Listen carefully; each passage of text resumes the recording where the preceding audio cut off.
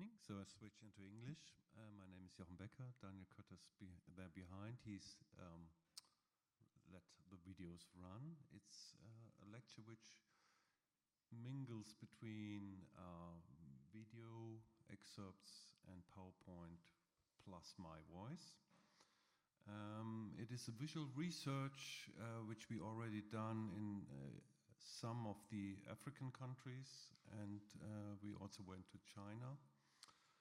And we are preparing an exhibition, something which will be stage-based. It will be also a book and an archive. So it is has different formats which we are now thinking of, and it's also format-wise. It is a classical research, what's going on, and on the other side, what could we imagine?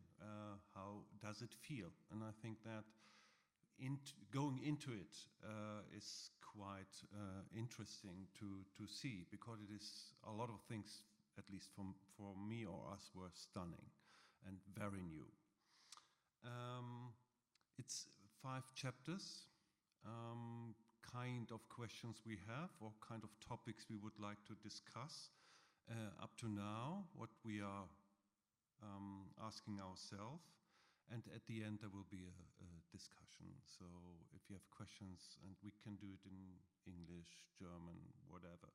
I hope it will work for those who don't speak so well English, but there will be a lot of texts and materials to see. A lot of visuals and materials to see. Okay, so we could start.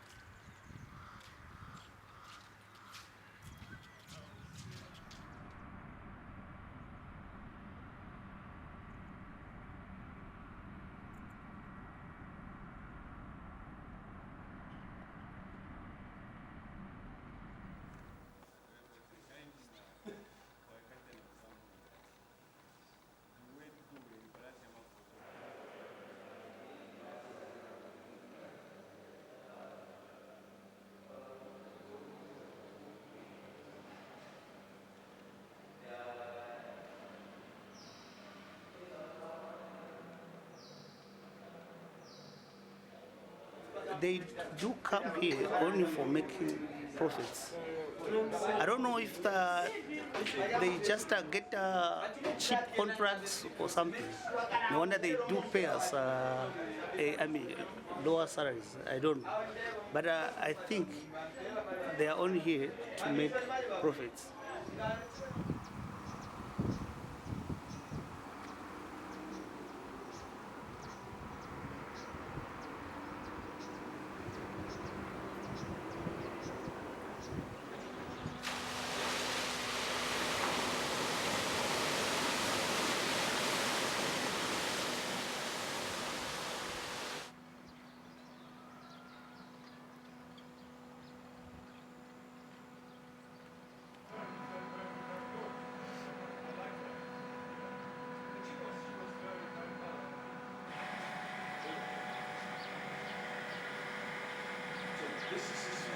The only problem which is there is communication. There is that breaking communication, because the Chinese, they don't know much English. It's broken English.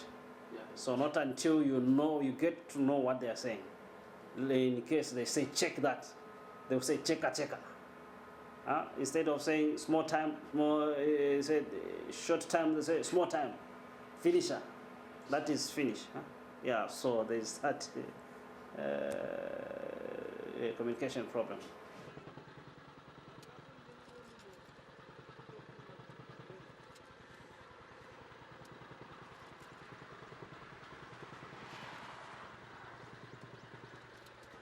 The opening song, and the song which comes repeatedly, is from Einstürzen Neubauten. It might be strange to have a Berlin band, but there's a very interesting song called Jugend versetzt Berge, Jugend moves mountains, and this is a myth and a story which Mao brought up. And he meant that if a collective will take the shovel and put earth away, mountains could move. He couldn't imagine what happened afterwards, and they moved it very differently. What we are looking at is much more the time of Deng Xiaoping, which is celebrated heavily in Shenzhen, which is the first city where the China experience started. And as you already have seen in the film, we could say that Deng Xiaoping could be in a row with Thatcher or Reagan as the neoliberal inventors, or whatever you say, to neoliberalism. So here's an overlook of the area which it all started. It's the so-called Pearl River Delta. And you see Hong Kong, that's in a kind of lighter image, like a pink. Then you have next to it Shenzhen. It was a fisher village and grew within 30, 35, 40 years into a 13, 18, 15 million people city. So from a fisher village. What does that mean? It is along the railway, and the railway will bring us on and on to our areas, not just as we travel a lot with the railway, but also as the railway is quite important for a lot of connections done. So you see here Deng Xiaoping looking at Hong Kong, and on the right side you see someone in Shenzhen on a new skyscraper, the second biggest in Shenzhen, looking down, and you later see a bit of Hong Kong on the other side. So to get rid of the British Empire in Hong Kong, it was an act of decolonization. China itself decolonized from the Japanese and other imperialist forces. So what the whole myth is that China says we are ourselves have been colonized. We are ourselves developing countries. So they say it in attitude and towards the African countries which have been liberated or liberated themselves in the 60s and 70s. So this is, I think, quite important as a kind of role model. And here you see the look back, the farewell of the last colony there on the Chinese continent, so to say. And it all started with a blast, and that is shown, and you have seen it on the video, that is shown in the City Museum over and over again. This blast, this kind of moving mountains, not with a shovel, but with explosive, is very important to understand. It is a big bang, and I think that changed a lot in the late 70s and early 80s. China became a very different country, and this is kind of the symbol of it. So the mountains are gone, they are flat, and you can build a city on it. So looking down, looking on that huge mass of houses, looking down on the founder of it, which is over and over celebrated, Deng Xiaoping. His files are shown, everything is shown And you see in the City Museum how this special development zone, which was the founding area, kind of sealed off. It was a special area where special economic development, capitalist economics opening to the world started. Now it's a factory of the world, or for the world. So it developed in a very short time, and so it looked like that, to fence it, to secure it, to keep it off, to keep workforce there. You see Hong Kong and Chinese and exiled Chinese people coming back, coming together, building that kind of new city, which is over and over celebrated in the museum. You see the migrant workers. Up to now, the whole economy is based on migrant workers from the poorer areas, and you see here that kind of celebration of the workforce. The mostly women working in the electronic industries, but there are also male workers here. So there is a kind of repetitive myth that Deng Xiaoping himself took the shovel, which obviously is not true. So he's not Yu Gung, he just blasted away. He changed the game, so to say.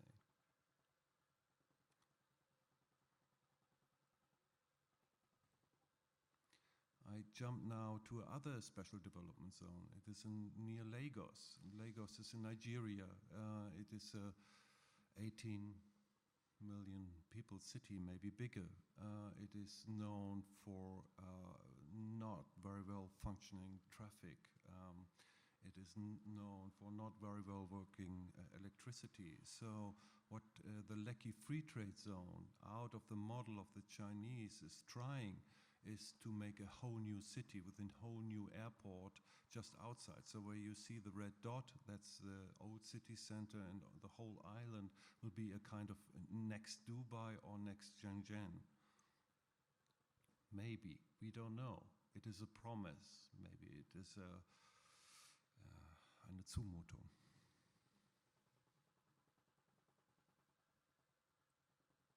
This is the entrance. Behind that there's not so much to be seen, but it is vast. It is really huge. The plans are big.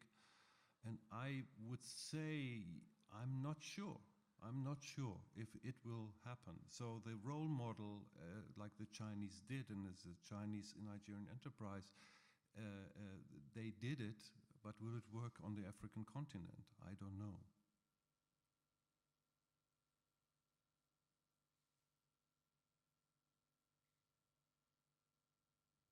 Just opposite, there's a church. It's the biggest church in Nigeria, a Pentecostal evangelist church, and they are very clever. They just planted their church house just opposite the entrance. But look how the fisher village, which is there, looks like. It is a very poor, very without electricity. We had a beer there. We were sitting there in candlelights. So this is another special development zone that is in the copper belt. That's in Zambia. Zambia is called a state with good governance. So roads are working, electricity is working. It's quite efficient government, people say. The president came to power because he was anti-Chinese. He made an anti-Chinese campaign. Now he definitely has to collaborate and will collaborate with the Chinese entrepreneurs.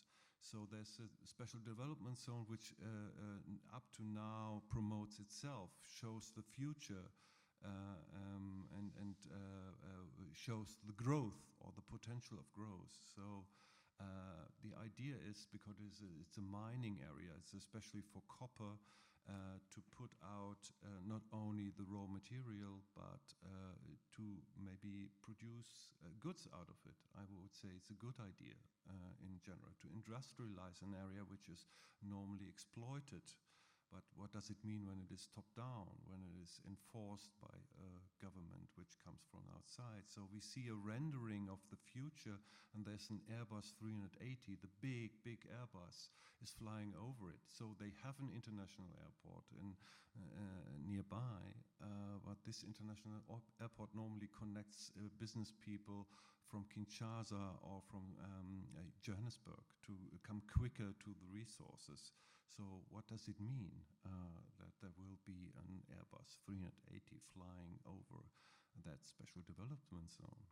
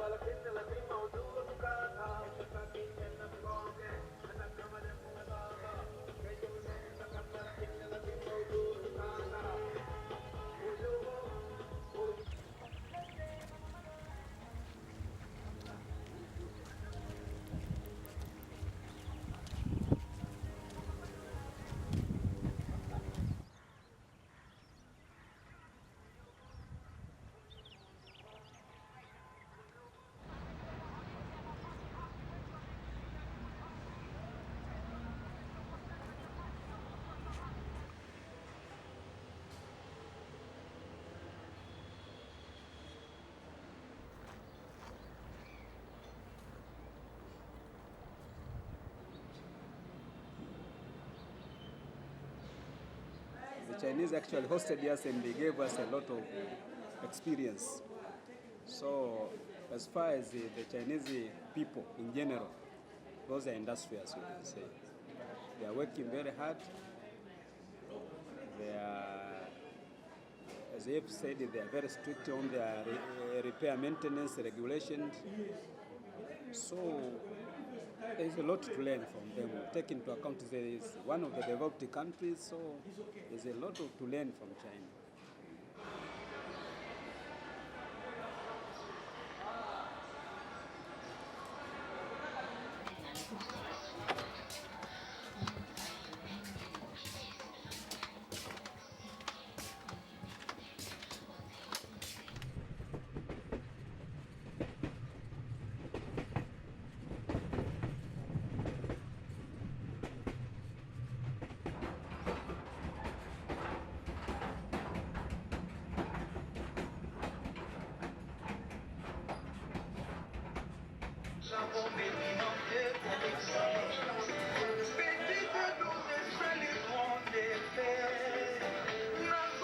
Here I was, my lord, or at least the goblin was while I was possessed by magic has the power to redeem the most honorable of men.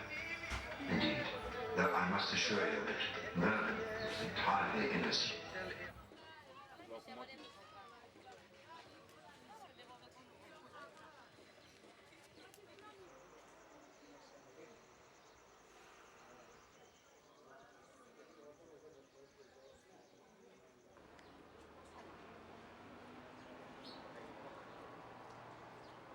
No, in the past, we used to depend on Europe for all our imports. Even the copper used to go to London Copper Market. London Copper Market. But you see now, as you said it in your preamble, you are talking that there's a lot of understanding between Africa and the East, mainly China. So most of our things, most of the imports come from the East.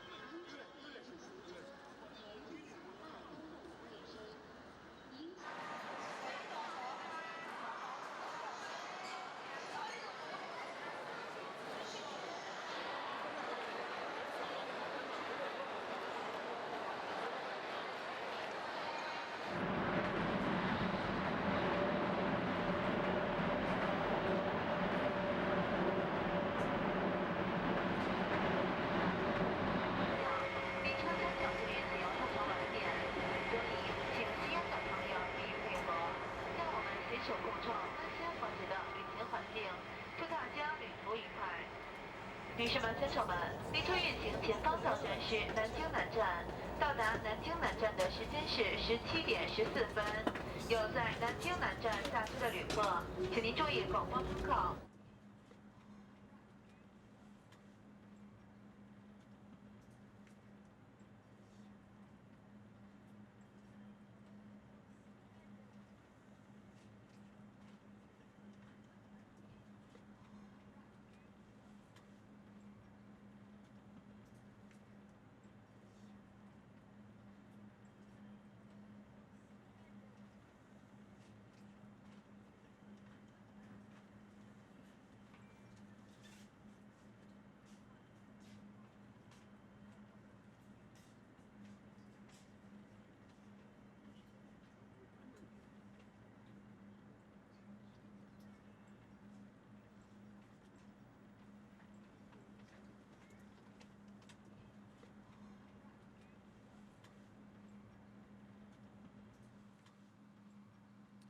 So we took different trains. One train is the Tazara train. It is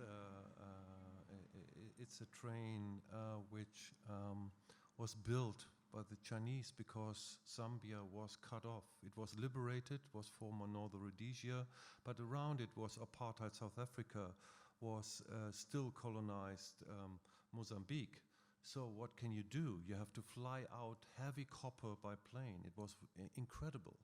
So nobody helped them to build a train to also liberated Tanzania. So only the Chinese under Mao time offered to build a 2,000 kilometer railroad and also some normal roads to connect, to bring the copper which was needed to get money to the harbor of Dar es Salaam. You can still go by the train. You saw it. It is still in okay shape, but nothing compared to how now contemporary Chinese trains look like. But when you look back, you see there's a lot of similarities of the trains at that time, the train station at that time, and some of the trains in China. So is it just a question of time? Do we have to wait? Do they have to wait? I don't know.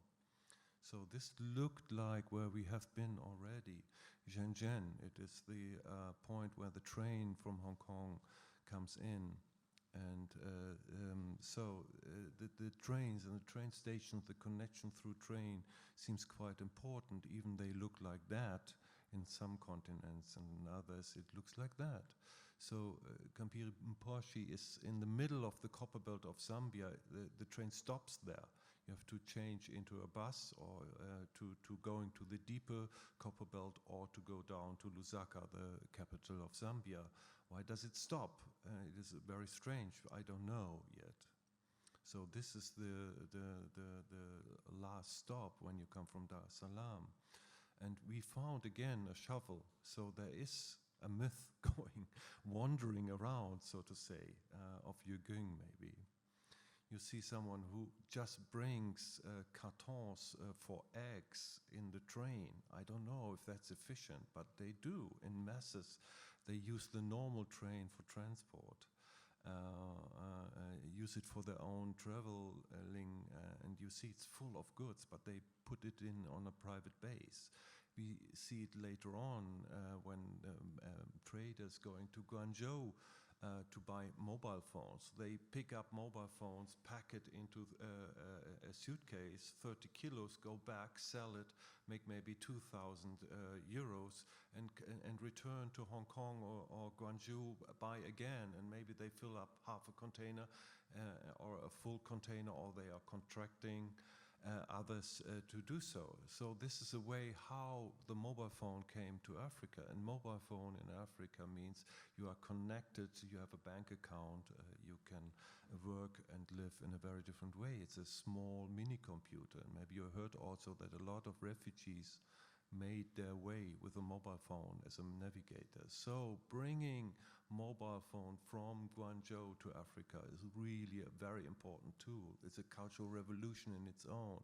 So maybe we have to reflect that when we see some of the pictures of old copper copper goes to China, produced into goods which we use. So is it an exploitation for whom and by whom? Is it for us? Do we exploit that? Is a kind of indirect way of neo-colonization. So we made interviews with veterans which speak very good about their experience when they went to China, about the efficiency of China. You see a classical rice pot from China and the Tazara logo. These are the walls, and that is how you connect, how you go on. And then you have informal markets where you can buy goods. So this is economy, how it works on a daily basis. Even the African Freedom Railway gives liberation to it. So this is the railway line I spoke about. It goes from Dar es Salaam to Lubumbashi. It doesn't go to Lusaka as it is announced. And some pictures of that revolutionary time. It was during Maoist time. It is not the neoliberal Deng Xiaoping time. But already you have Chinese trains there. So the history starts a bit earlier than 2000, which a lot of people think for that. So we see a lot of contracts which is done by the Chinese government and individual governments. So they are very fragmented situations with very different interests on the African continent and a very strong idea of the future in China. But you have a lot of other smaller entrepreneurs, smaller migrants going to Africa and want to find out what they can do there, want to get out of China maybe, which is not always nice. So you get some impressions of the railway station in Dar es Salaam. It is all built, let's say, in one stream by the one kind of gesture of architecture. All the tunnels and all the bridges and all the ways are more or less in one shape. A lot of people work there. Also, a lot of Chinese people work there. This is a kind of fire on a station at night. And now we saw a Chinese man. It's still, there is governmental support. There's still economic support by China for the Tazara train. And there is a graveyard for those who died during the work, even in the middle of that road.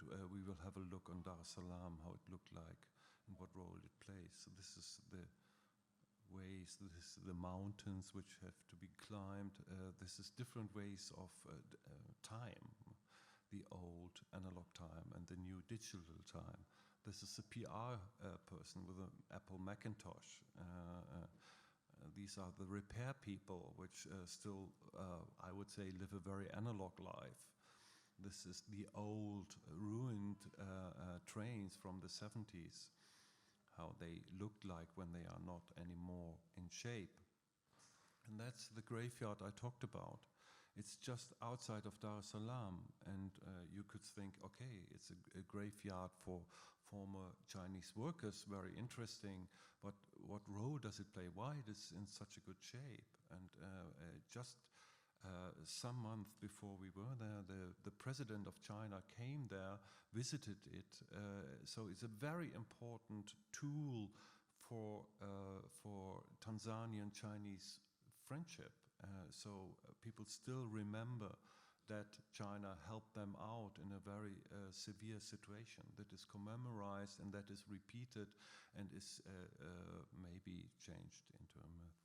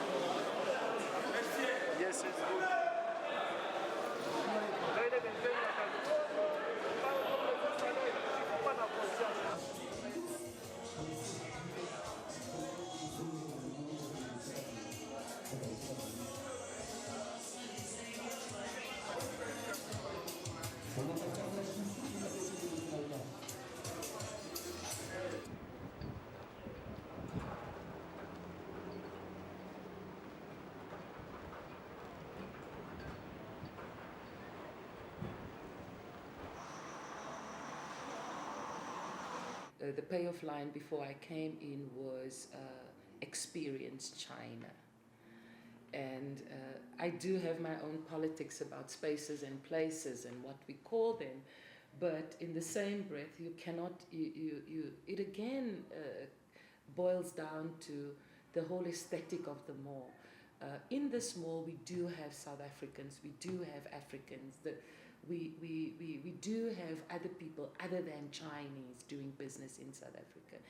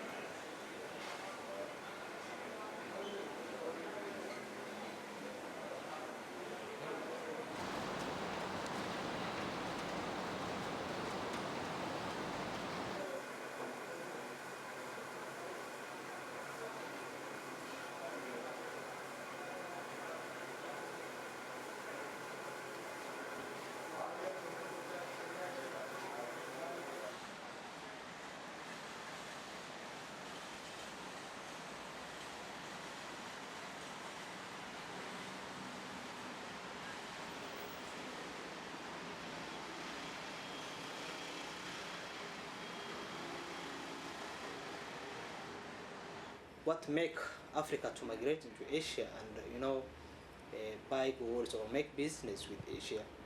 It is due to visa. The core of everything is the easiness of visa application and the cheapest and also the cheap product, because we cannot afford as Africans the high quality, maybe the high quality things such.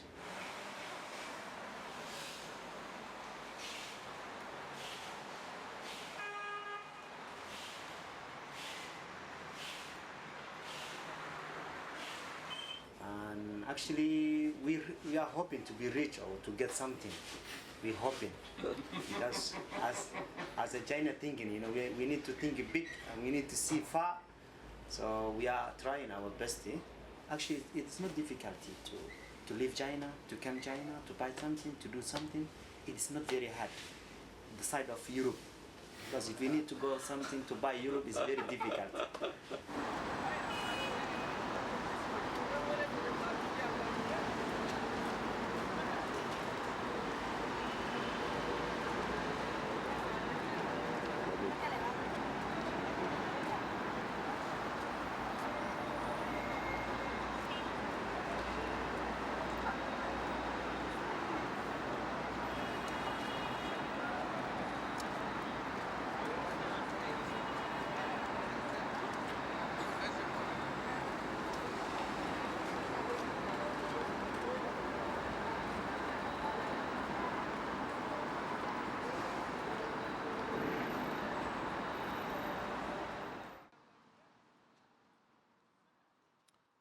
Back to that very important question, why Africa, why not Europe? But we can ask ourselves, are we welcoming people from the outside or not? And what happens outside? So, very important in that way of getting rich or surviving by trading are these trading points and malls, and it's a huge business in a big scale or in a small scale, as I already said. So people already speak about a globalization from below because people are doing it themselves. They just travel and buy there in small or big entities in those areas where the goods are produced. Or they order it even there and wait that the ship will come. So these are kind of insights into malls where you get more or less everything, and maybe you recognize the goods you have at home yourself. You buy in your shops, in your Woolworth or in your fancy stores. So you get nearly everything up to election T-shirts for African presidents. You can print them there, or you see Hollande, the French president, there for the 2016 calendar. So these malls are sometimes so big that cars are driving through, or if you want to bring one parcel to the other, they go by electrobikes through it, and every bike there is electrobike. It's really amazing. You don't see any motorbike anymore. It's so silent. You have to be very careful crossing the streets. So have a look into these kind of stalls. Sometimes there are only samples, and you say, I want to have that, but 10,000 of it.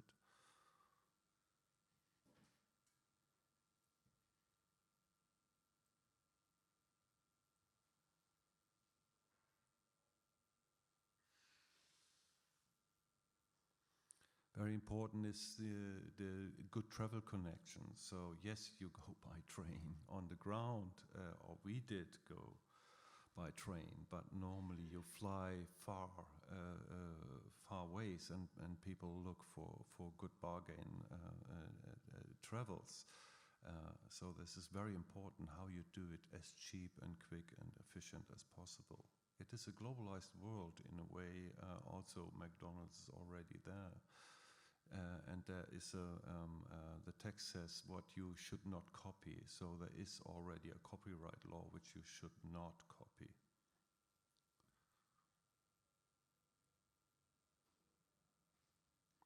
Very important are the trading companies.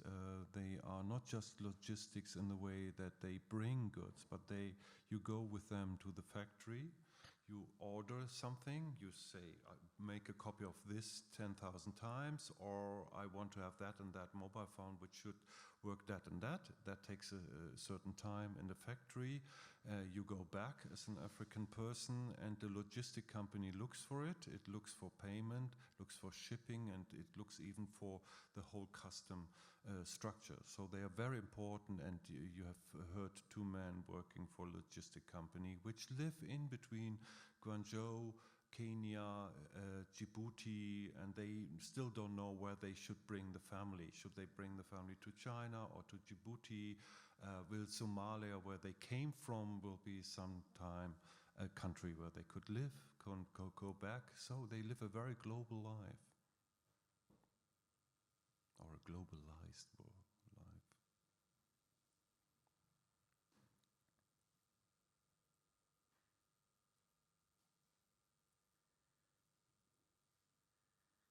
So these photos are taken in Guangzhou, in one of many malls. There's the so-called chocolate city, the African town, Xiaobei, which is next to an Arab town where mostly Arab traders are doing their business.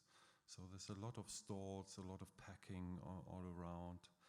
This is where it all started, so to say, the Changqing mansion, which was known because it was very cheap in the heart of Hong Kong, very cheap to stay. Still, there are a lot of hostels where you still can stay very affordable. You get cheap food.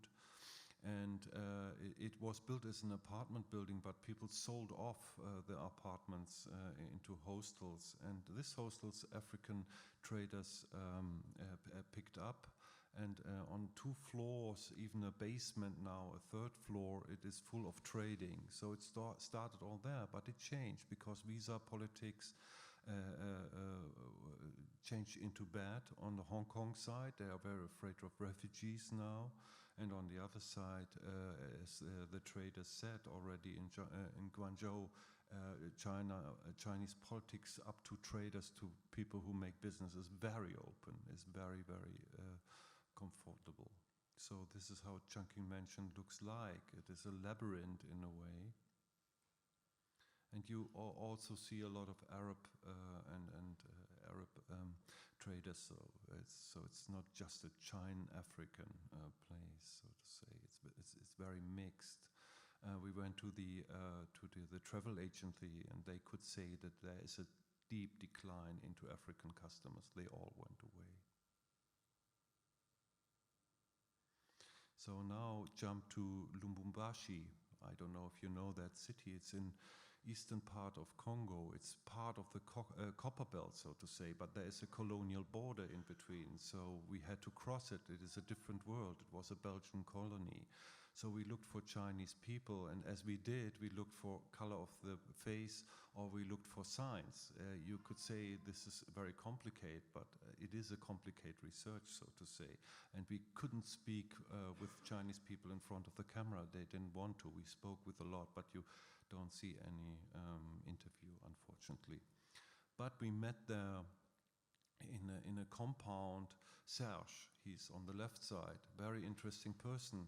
Since 10 years he trades with mobile phones, but now he's a translator. He's a cultural translator. He explains, yes, it is very normal that people, every part of the government asks for tax. So it's not bribing. You should understand that it is normal. So he's a cultural and literary translator. He's next to him is his wife. His wife trades with upscale or better Chinese clothing. She buys it in China malls in South Africa. So every month she goes down by car and brings this good to Congo and sell it. We went also to the malls in Johannesburg. They are maybe 20 huge malls where you can buy as a normal person, but also as a wholesale trader Chinese good. It's a big business, and it goes up to the neighboring countries. So here we see Serge in his normal place where he is also working. This is the former postal office. Which is now for mobile phones. It's a market for mobile phones. That's how it looks like from the outside. You see this old colonial style. And what was interesting that he said, I have Pakistan partners. So we talked to the Pakistan partners and found out that they have been before in Chungking Mansions in Hong Kong. So they were themselves trading in Hong Kong, making business, and they saw a lot of traders, African traders, came there and went to Lubumbashi, for example. So one of the brothers said, okay, I follow the markets. I go to Lubumbashi, and now he's there and makes business with Serge and with others. And there's another brother, I don't know, he's on the mobile phone, on Skype. I don't know where he is, but they divided the different business into very different African countries to make business.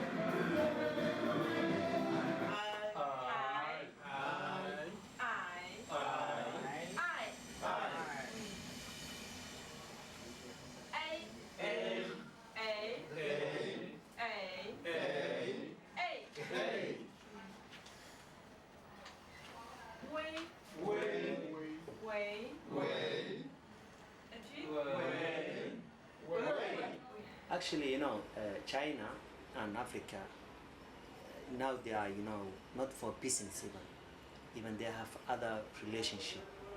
Even now they start to marry African man to marry Chinese lady married to African people. So I hope even Chinese people are going to Africa to settle there, to invest there, to be second home to Africa.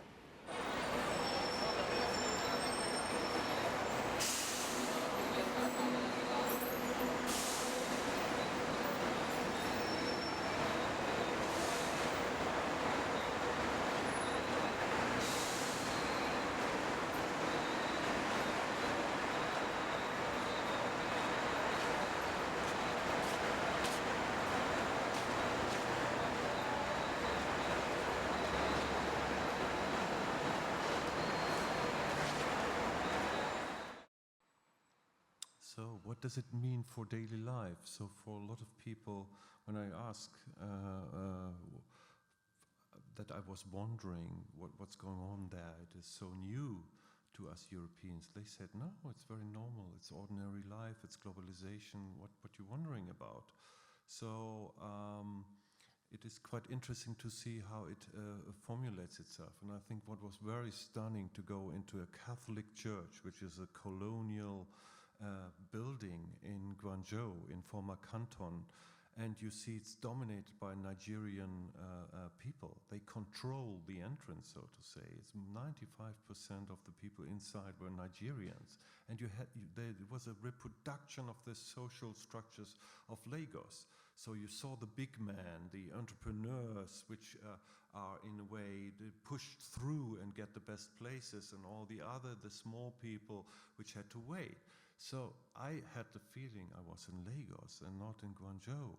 I had the feeling that all the people in Guangzhou are more or less kind of people who are extras, who are kind of allowed to stay there. So just give you an impression of the people at the entrance.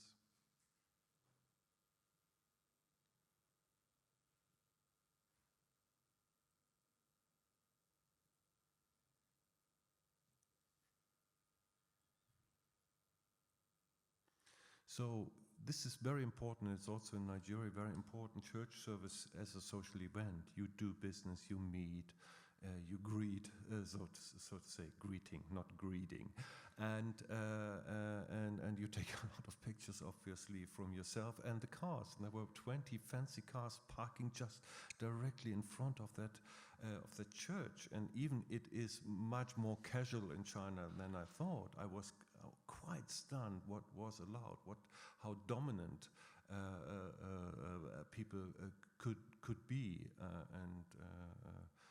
in their attitude. So this is a picture from Dar es Salaam, so to say, the other way round. So there's an imagination maybe of China. What could it be in the exotic China, Guangzhou? Very important, I would say, when we look on daily life and cultural questions, and that is what we also want to head for, is Bruce Lee. His films migrated heavily into African continent and gave an idea of a kind of Hong Kong Chinese style.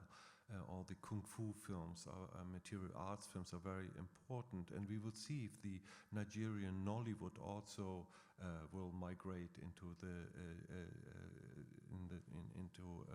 People's Republic of China, I could imagine. I just want to show some other pictures stolen, given by a South African artist, Michael McGarry. He already went there to the so-called Chocolate City and took some pictures which I just borrowed, which will be included in our project, where he looked in different situations. And what was very important, I think he also recognized there are more and more growing mixed marriages. So there is a kind of normality, a kind of Chinafrican situation which really is intertwined on a daily basis. And there are even kids which are now Chinafrican. So countries which, especially China, was very much sealed off, and a lot of African countries out of different reasons, have high potential of racism.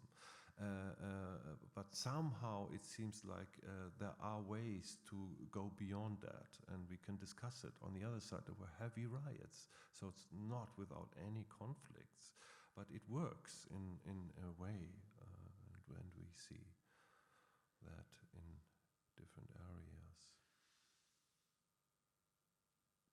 So this is in Guangzhou, the center where you saw the language courses. So it's provided, but it's also an area for control. You see advertisements which obviously target to African people. Starbucks, an American company, which is a mixed meeting point. Restaurants which are mixed meeting points. Chinese restaurants which on the African soil are really the most mixed areas where very, very different people are going to. The most mixed compared to other restaurants at least. We went to a Yemenite restaurant where we met the most Pan-African and most Pan-Asian Arab situation I think I ever faced beyond airports. And they go there after work and eat and talk to each other. So this is a kind of a late night grill and all these infrastructures which are bilingual, which are already thinking of the people. The hotels are very much targeting all these customers and give luggage space for all the goods which sooner or later go to the airport. You see on the streets always packing. Yeah, just some impressions you get. It's a very interesting situation. Yeah, and but you see also police. A lot of rules and regulations, and when we have been there, there was another raid of the in Xiaopeng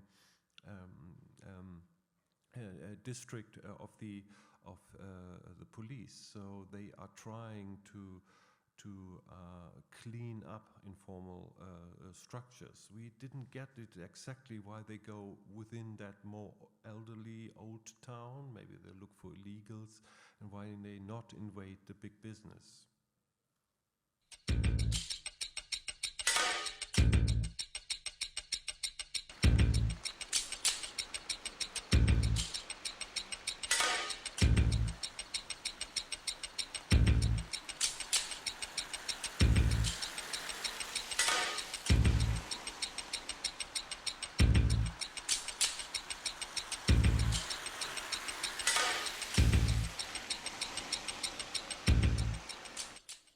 Came to Leuven almost 3 years ago.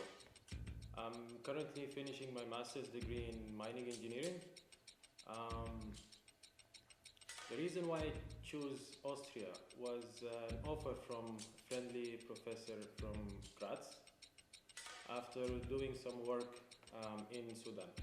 Due to the political situation in my country, which we have American embargo, which not allowed many Europeans and Westerns to be involved in the industry.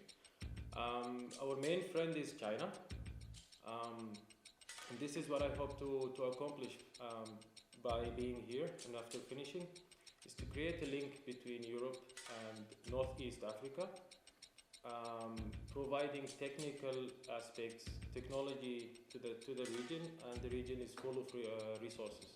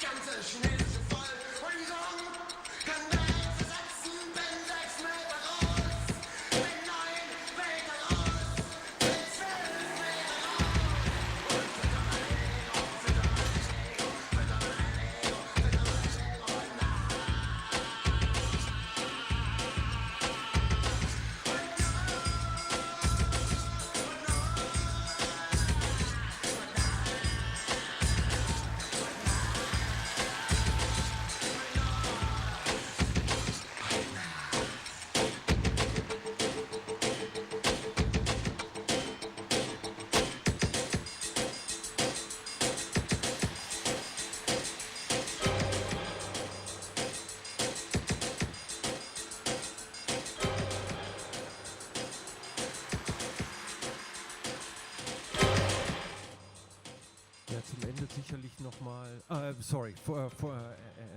the end, maybe a relation, why we are doing it. What relation do we have as Europeans? And what is the relation of size? I would say it's an amazing situation when we just look on the map. And I would say it is, when we went to Leoben, it was highly interesting to speak with Muhammad and also his colleagues, why they on the one side choose Europe and why on the other side they see future not in Europe. So they were lucky to come, that the fortress Europe is not sealing them off, that they have at least educational connections, but they spoke about boycott, they spoke about Fortress Europe, and they see much more opportunities in relation to China. They see the future in China. So when the future is China, what is then Europe, we could ask. The sculptures made by Michael McGarry, I already showed you some photographs. He let it produce in China itself, and it's the African Union headquarters, which was built by Chinese. So they invested, as they invest into stadiums too, in a kind of political gestures. So they are inviting, they are welcoming people, not just saying, go home, we don't want you. So we have to think about, I think, for the future, what is developing, what our role will be. Will it be the provincialization of Europe, as people are saying, in the way of normalizing or reducing a situation of a colonial empire? We could discuss that, and we could discuss what it means when the mountains are moved here, when the mountains are gone. So I would like to invite you, if you still are here and can follow all these jumps around 2 continents and now a third, I would be happy if you have questions, and if we have a kind of discussion, and then I would be happy to hear your comments and your additional remarks. And I invite Daniel to come, und Sie sind auch herzlich eingeladen, auf Deutsch zu sprechen, natürlich.